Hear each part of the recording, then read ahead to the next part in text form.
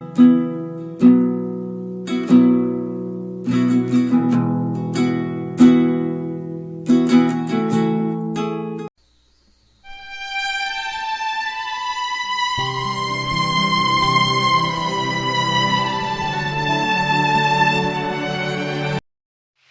a Deus, meus irmãos, boa noite a todos. Nós estamos juntos mais uma vez para meditarmos na Palavra de Deus. Hoje é sexta-feira, dia 22 de maio, e o texto para a nossa reflexão está no livro de Eclesiastes, no capítulo 3. Nós leremos do versículo 1 ao versículo 8 e refletiremos nesse texto nesta noite. Diz assim a Palavra de Deus: tudo tem o seu tempo determinado, e há tempo para todo propósito debaixo do céu.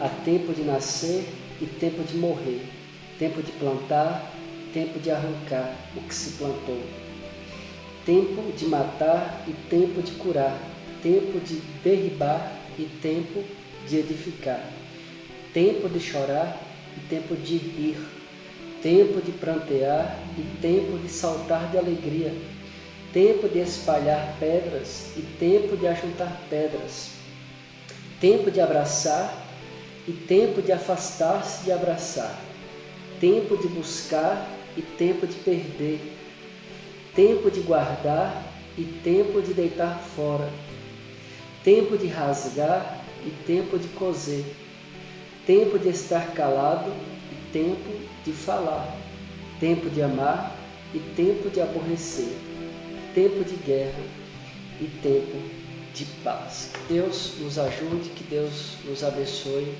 e que possamos compreender a Palavra de Deus para o nosso coração nesta noite.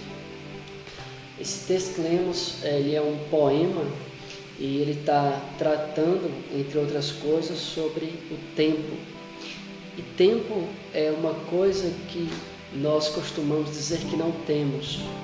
Nós vivemos uma vida extremamente corrida e acelerada, cheia de ocupações, cheios de trabalhos, e nós costumamos ouvir sempre uma frase que é: eu não tenho tempo, ou o tempo passou rápido demais. Mas se nós fizermos um cálculo aqui rápido, relativo ao ano, o ano tem 365 dias, e um ano nós temos 8.760 horas, e neste mesmo ano nós temos 525 mil minutos e 600 segundos. É muito tempo à disposição para ser preenchido com alguma atividade. E como poderíamos preencher todo esse tempo? Temos algumas atividades básicas que são realmente necessárias para nós e para que cada ser humano possa realizá-la. Por exemplo, gastamos em média durante um ano 550 horas só para comermos, 2.920 horas para dormirmos e 1.936 horas para trabalharmos, considerando aí 8 horas de jornadas de trabalho diárias. Somando essas horas ocupadas, nós temos 5.406 horas para nossa sobrevivência básica, e restam ainda 3.354 horas para outras atividades de nossa livre escolha, ou seja, tempo de sobra para nós fazermos o que bem entendermos. Se uma pessoa tira apenas 15 minutos por dia para ler a Bíblia, para orar, para meditar, no final do ano, essa pessoa teria ocupado aí 182 horas, pelo menos, para ter intimidade com Deus. E ainda lhe restaria 3.172 horas para ser preenchida com alguma outra atividade. Se calcularmos estas horas em dias, teremos 132 dias para qualquer outra atividade que nós viermos ou quisermos realizar. Claro, nem sempre podemos fazer as coisas tão formais assim, né? Nem sempre são tão simples como parecem nesses números, mas esta simples reflexão, esse simples cálculo, revela que nós temos muito tempo. Revela para nós que nós temos tempo demais à disposição, no qual nós devemos nos ocuparmos com muitas atividades. E é verdade que nem sempre olhamos a vida desta forma, desta maneira. Como eu disse no início, nós vivemos uma sociedade muito corrida, onde estamos muito ocupados, com muitos trabalhos, com muitas preocupações familiares e tantas outras coisas que nos preocupam o dia a dia e que nós acabamos ocupando o nosso tempo. Estamos tentando e sempre lutando para que nós tenhamos mais tempo. E a impressão que nós temos é que os dias estão cada vez mais curtos.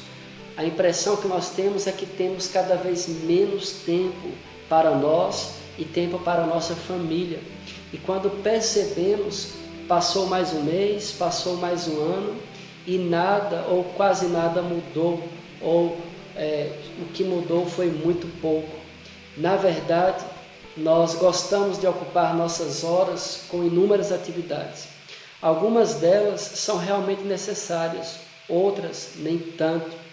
E esta forma de viver aumenta cada vez mais o estresse, aumenta cada vez mais a ansiedade. E por esta razão, nós estamos cada vez mais cansados e provavelmente estamos aí suscetíveis a uma doença no futuro bem próximo. O livro de Eclesiastes, especialmente esse capítulo que nós lemos, esse parágrafo, esses 8 versículos, trata de uma poesia. É um poema bem simples que traz uma sequência de verbos contrários entre si, quando ele diz: há tempo de morrer e há tempo de nascer, há tempo de arrancar e há tempo de arrancar. E pelo menos aqui, nesses 8 versos que nós lemos, a palavra tempo, ela aparece 29 vezes. E continuando aqui a pensar sobre o tempo, aqui não se trata do tempo no sentido abstrato da palavra, mas do tempo determinado, do tempo preciso, do tempo que é preenchido por um certo acontecimento. E para o povo de Israel, o tempo ele é sempre vivido. Para o povo de Israel, a vida é sempre uma sequência de tempos. E tudo para eles, na sua mentalidade, na sua forma de enxergar a vida, tem o seu devido tempo. E nesse poema aqui de 8 versos, aparece pelo menos 14 verbos diferentes uns aos outros. E esses verbos podem ser classificados aqui entre 2 categorias, entre a ação e o sentimento das pessoas. E a única exceção desses 14 verbos está no verbo nascer e morrer. E a minha e a sua vida, ela ocorre entre o verbo nascer e entre o verbo morrer. E todas as outras coisas que provavelmente Salomão é o autor desse poema, está entrelaçado entre o nosso nascimento e a nossa morte. Todos os outros verbos, eles se encaixam entre o dia que nós nascemos e o dia em que nós morremos. Ou seja, aquilo que nós fazemos e aquilo que nós sentimos. E isso tudo que ele descreve aqui é uma sucessão de tempos. E esses tempos são as nossas ações e são as nossas sensações. E a nossa vida, ela sempre oscila entre aquilo que é positivo e entre aquilo que é negativo, entre aquilo que é bom e entre aquilo que é ruim, entre aquilo que nós gostamos e entre aquilo que nós não gostamos.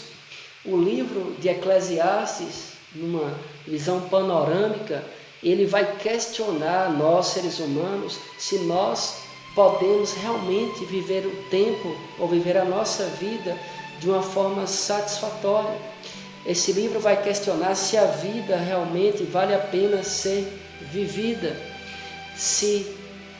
onde nós podemos encontrar a verdadeira felicidade. O autor de Eclesiastes, a princípio, ele tem uma visão pessimista quanto ao sentido da vida, considerada a partir da perspectiva humana.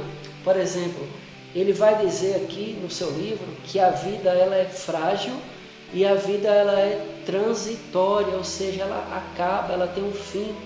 E nós estamos vivendo essa sensação quando um vírus já atingiu 5 milhões de pessoas no mundo e já matou mais de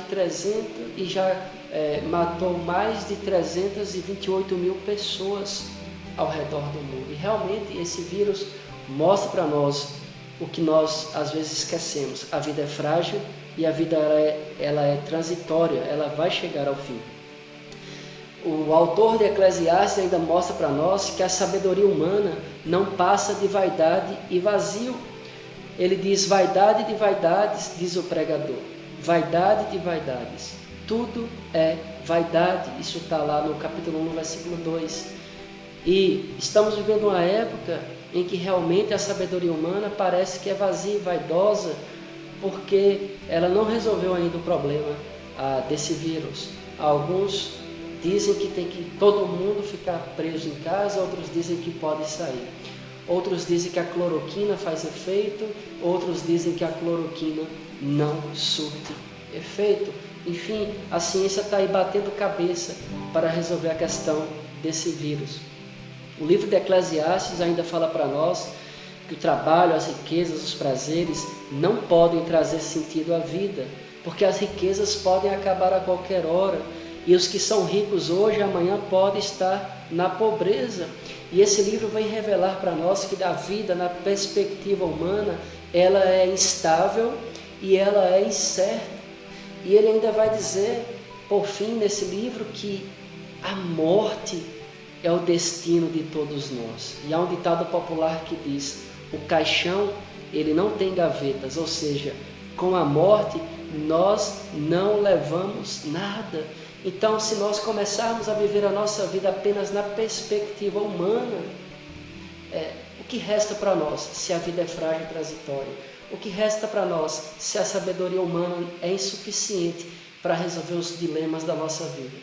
O que resta para nós se nos prazeres, nas riquezas e no trabalho não pode trazer sentido à vida? Porque quem é rico hoje, amanhã pode estar pobre. E se na perspectiva humana todos iremos morrer, ricos e pobres, nós iremos morrer. Então, qual o sentido da vida? Por que viver? Por que persistir, então, em continuarmos vivos? Embora, olhando o livro de Eclesiastes, o autor vai nos lembrar ainda que a vida tem as suas alegrias quando ele fala que o homem deve gozar do fruto do seu trabalho, que o homem deve gozar a sua vida ao lado da mulher que ama, que o homem deve desfrutar das bênçãos que vêm de Deus, como as chuvas, a plantação, os bens que nós conquistamos com o fruto do nosso trabalho. E ele lembra que a nossa alegria, por mais que tenhamos alegria aqui, ela é frágil se ela for posta diante da realidade da morte. A grande verdade é que o autor de Eclesiastes vai trazer para nós que a vida é repleta de mistérios. E ele então se pergunta, por que os maus prosperam e os justos sofrem? Por que os maus têm vida longa e os justos morrem cedo? E ele vai chegar à conclusão que os seres humanos não fazem o bem o tempo todo. Não há entre os humanos um justo sobre a terra. Ele diz isso lá em Eclesiastes, no capítulo 7, no versículo 20. Não há quem faça o bem e que não pegue. Então ele faz uma abordagem da vida, conclui que tem esses mistérios, conclui que as nossas alegrias, se comparada à realidade da morte, ela é frágil. Fala que a vida é cheia de mistérios, nessa reflexão de que os maus prosperam, os justos sofrem, e que não há quem possa fazer o bem o tempo todo. E nesse capítulo especial, no capítulo 3, ele vai dizer para nós que nós não podemos determinar os tempos. Não é a pessoa que determina o tempo. Não é a pessoa, não somos nós que estabelecemos os tempos. Eles acontecem e nós não podemos interferir. por isso nós também acabamos mudando os nossos sentimentos conforme a mudança do tempo. Quem poderia intervir na chegada do coronavírus? Quem poderia imaginar que em pleno século XXI, no ano de 2020, nós estaremos presos em nossas casas, sem poder sair, e quando sair devemos usar máscaras, né? Então nós não somos os determinadores do tempo, não somos nós que determinamos o tempo. Então esse é o nosso primeiro aprendizado nesta noite. Nós não podemos determinar os tempos. Quando ele diz tudo tem o seu tempo determinado e há tempo para todo propósito debaixo do céu. E não somos nós quem determinamos os acontecimentos, não somos nós quem determinamos o tempo, as coisas que acontecem. Os tempos, eles simplesmente acontecem e nós não podemos interferir em nada. Deus é quem faz os tempos, Deus é quem determina que as coisas aconteçam e Ele coloca isso em nossa consciência. E se eu e você não podemos determinar o tempo, o que podemos fazer para, nessa reflexão sobre a nossa vida, sobre a questão do tempo da vida que nós temos? O escritor Mário Sérgio Cortella, em seu livro Qual a Tua Obra?, ele aborda sobre a vida do ser humano e alguns pontos interessantes. Por exemplo, ele diz que a vida do ser humano dura em média 75 anos, que dos 0 aos 25 anos o ser humano passa o tempo se desenvolvendo, né? As suas funções emocionais, a sua inteligência, a sua função cognitiva.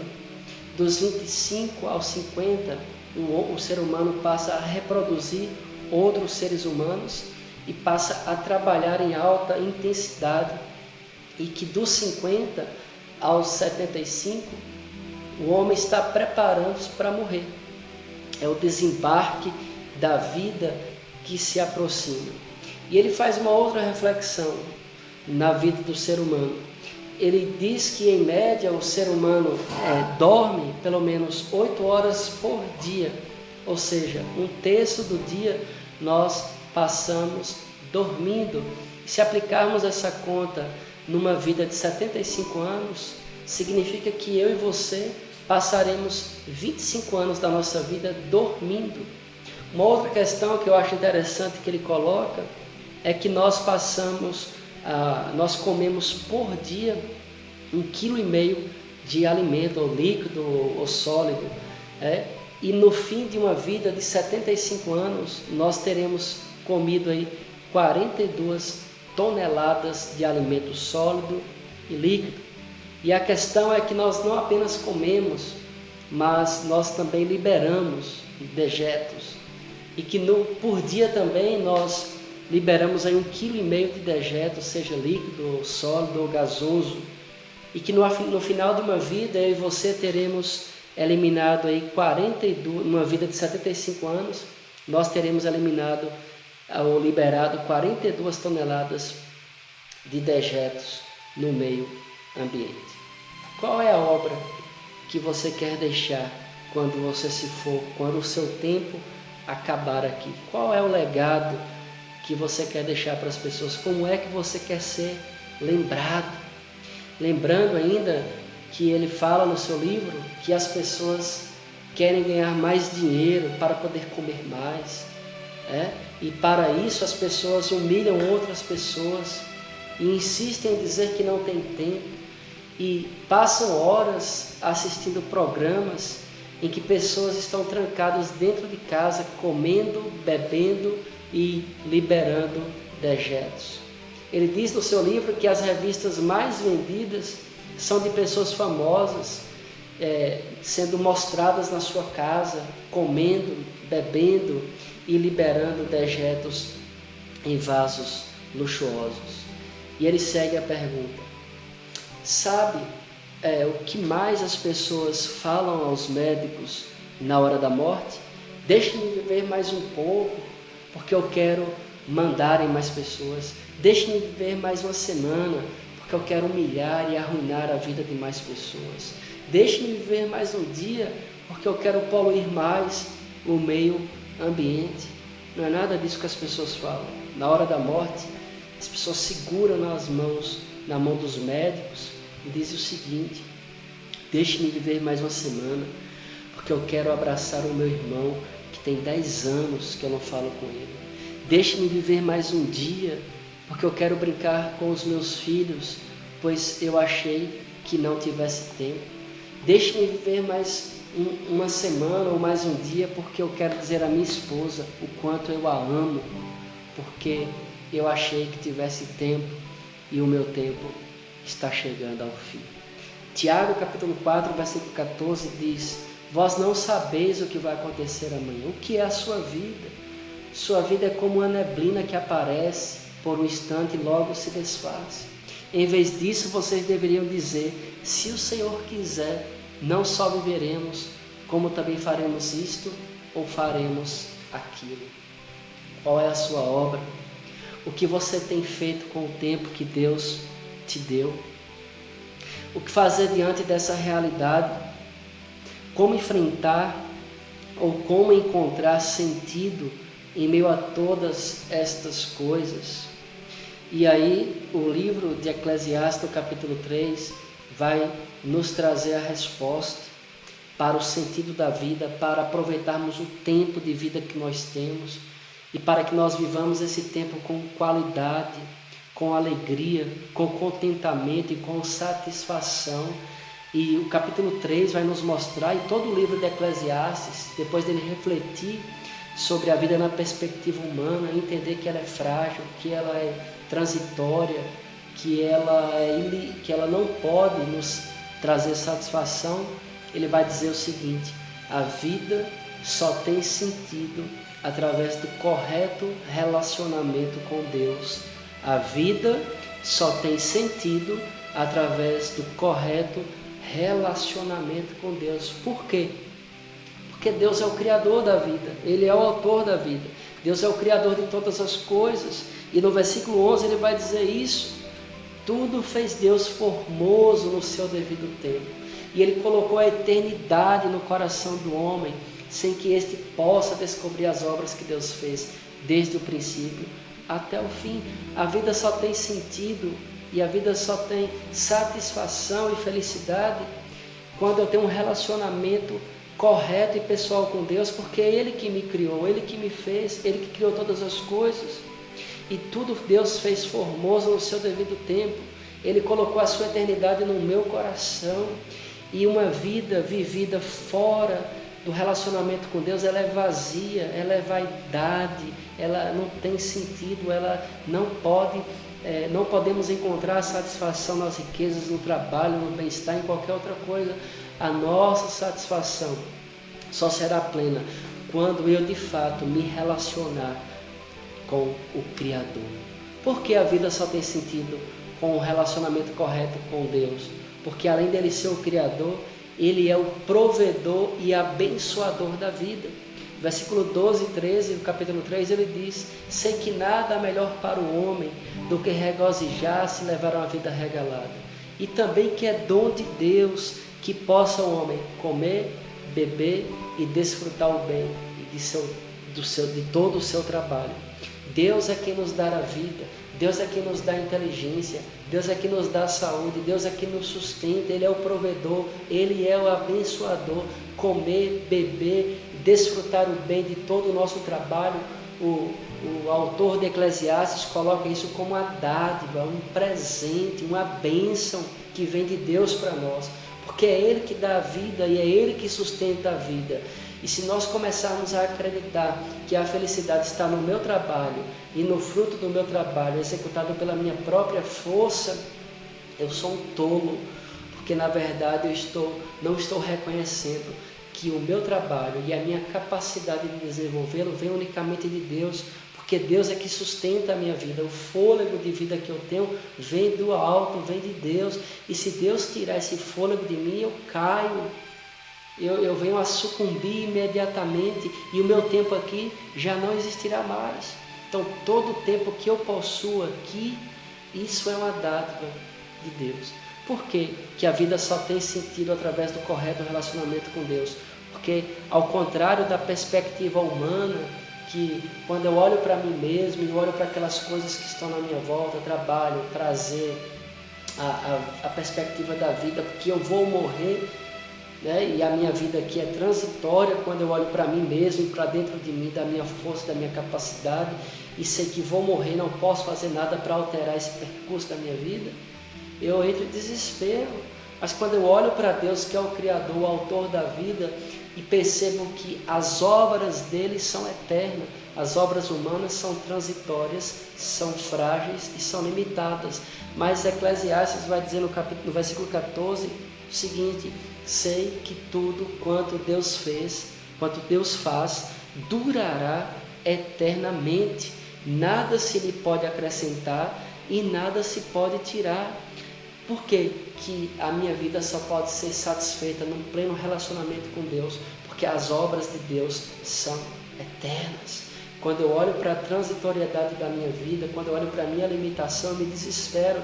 Mas quando eu começo a olhar para Deus e começo a olhar para a sua obra e entendo que as obras de Deus não vão passar porque elas são eternas e elas duram eternamente, ou seja, não tem fim, eu me satisfaço, eu me sinto realizado, porque eu sei que mesmo que eu vier a sucumbir, eu tenho um Cristo que vai me ressuscitar dos mortos. Eu tenho um Cristo que vai fazer com que a minha vida perdure e continue e tenha uma longevidade infinita. Porque esta é a obra de Deus, de ter enviado a Cristo ao mundo para resolver o maior problema da humanidade, para resolver o maior dilema da humanidade, o maior medo da humanidade, que é a morte. E nenhum de nós estamos imunes a essa verdade. Nós iremos sucumbir. A nossa vida é frágil, é transitória, mas as obras de Deus são eternas. E isto inclui o fato de que Cristo veio, morreu, venceu a morte, ressuscitou ao terceiro dia, em breve voltará para nos buscar. Então, eu agora acho o sentido na vida. A vida tem sentido porque, através de Cristo, eu consigo ver a eternidade que Deus colocou no meu coração.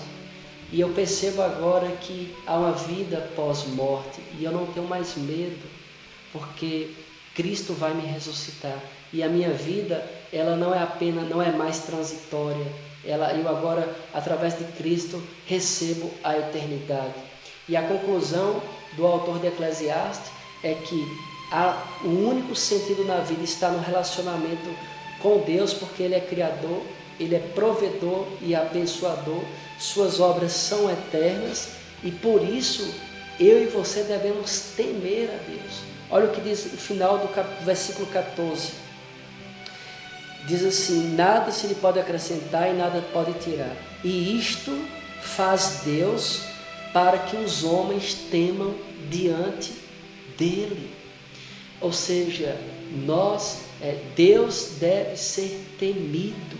Eu não tenho que temer a morte, eu não tenho que temer a transitoriedade da vida, eu não tenho que temer os problemas, eu não tenho que temer a minha limitação, eu não tenho que temer a minha insatisfação com tudo que está aqui neste mundo que não pode preencher o meu coração. Eu tenho que temer a Deus, porque Ele é o Criador de todas as coisas. Eu tenho que temer a Deus porque Ele é o provedor e o abençoador de todas as coisas. Eu tenho que temer a Deus porque as obras dele são eternas. Eu tenho que temer a Deus porque Deus faz tudo isso para que nós o temamos.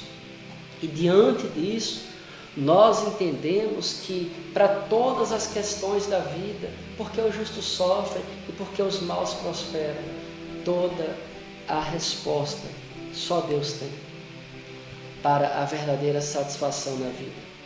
A vida que não está centrada em Deus, ela é inútil, ela é vazia e ela é sem sentido. E o autor de Eclesiastes conclui esse livro lá no capítulo 12, no versículo 14, ele diz o seguinte: que tudo nos motiva a viver uma vida de temor a Deus, pois um dia nós iremos prestar contas ao Senhor.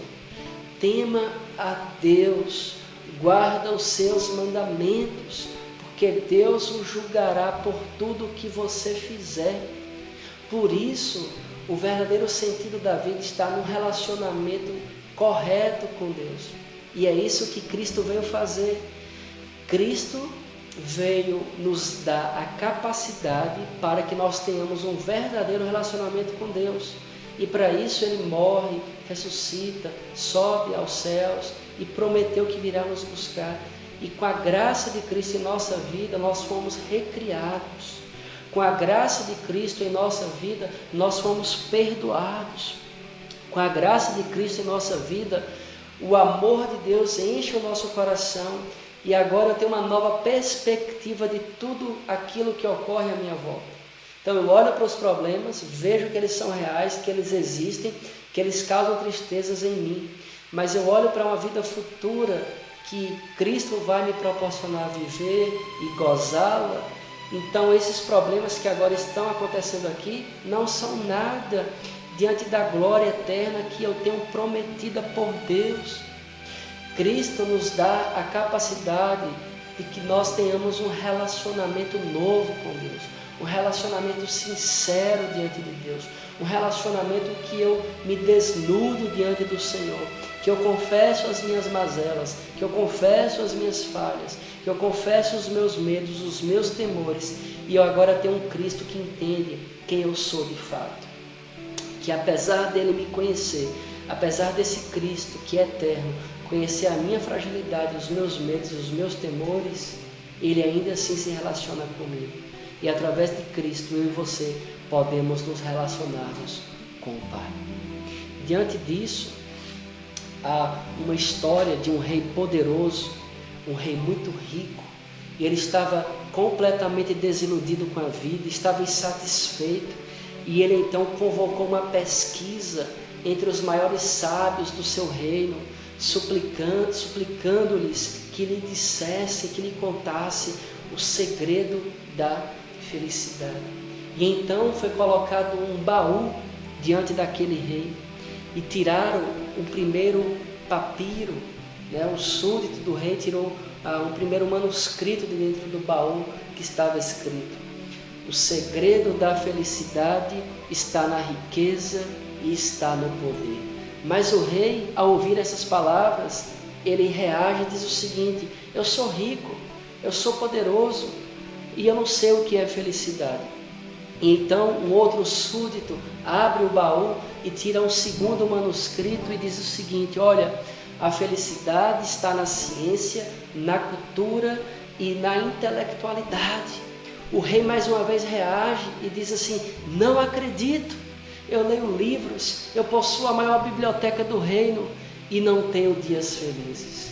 Então o terceiro súdito abre mais uma vez o baú e retira um terceiro manuscrito e diz o seguinte: olha, para que o rei seja feliz, para que o coração do rei encontre a felicidade, o rei precisa de glória, o rei precisa de prestígio, o rei precisa ser aplaudido para sentir-se realizado e feliz. O rei, mais uma vez frustrado, reage e diz assim: conversa fiada, eu tenho um reino inteiro aos meus pés e eu durmo mal noite após noite, eu sinto medo, eu sinto insegurança o tempo todo. E então um quarto súdito se aproxima do baú e tira o último manuscrito e lê para o rei e diz o seguinte: sem o amor de Deus na sua vida e sem o amor de Deus no seu coração, não existe felicidade. Naquele momento, o rei fica em silêncio e 2 lágrimas rolam dos seus olhos. E ele entende que tudo aquilo que ele possuía jamais poderia trazer felicidade. Meus irmãos, a verdadeira felicidade, o verdadeiro sentido da vida, com todos os seus dons, com todos os seus encantos, está num profundo relacionamento com Deus. Todas as criaturas, toda a sua inteligência, todos os seus bens, toda a riqueza do mundo, toda a sabedoria do mundo, toda a ciência, todo o universo não é suficiente para preencher o profundo e misterioso, vazio que há no nosso coração. Há quem disse certa vez, o vazio do coração do homem é do tamanho de Deus. Que Deus possa preencher o seu coração e que eu e você tenhamos um relacionamento correto diante de Deus através da graça e da pessoa de Jesus Cristo. E aí entenderemos o que é o tempo, o que é a vida e para que e por que nós estamos aqui. Que Deus nos abençoe, que Deus nos guarde. Quero orar com você nesse momento. Senhor nosso Deus, obrigado pela Tua palavra. Ajuda-nos a viver esse tempo, ó Deus, que o Senhor nos presenteou, vivendo um verdadeiro relacionamento com o Senhor. Livra-nos, ó Deus, de desperdiçarmos a preciosidade da vida que o Senhor nos deu com coisas inúteis, com coisas fúteis, com coisas vãs que não trazem nenhum benefício para nós, mas que nós possamos valorizar cada segundo da nossa vida e que cada segundo da nossa vida, meu Deus, seja aplicado ao relacionamento com o Senhor e que tudo que viermos a pensar, falar e fazer seja, meu Deus, de acordo com a vontade do Senhor para a nossa vida, porque a Tua vontade é boa, é perfeita e é agradável. Ó Deus, que possamos lembrar que esse tempo que o Senhor nos deu aqui não pode se comparar com a eternidade que passaremos com o Senhor. Esse tempo é um ensaio daquilo que nós desfrutaremos por toda a eternidade contigo ao teu lado, através da pessoa de Cristo Jesus. Muito obrigado, Pai, pela Tua palavra que fala ao nosso coração. Deus te abençoe, uma boa noite, uma ótima sexta-feira e que possamos desfrutar do tempo que Deus nos deu, nos relacionando sempre com Ele.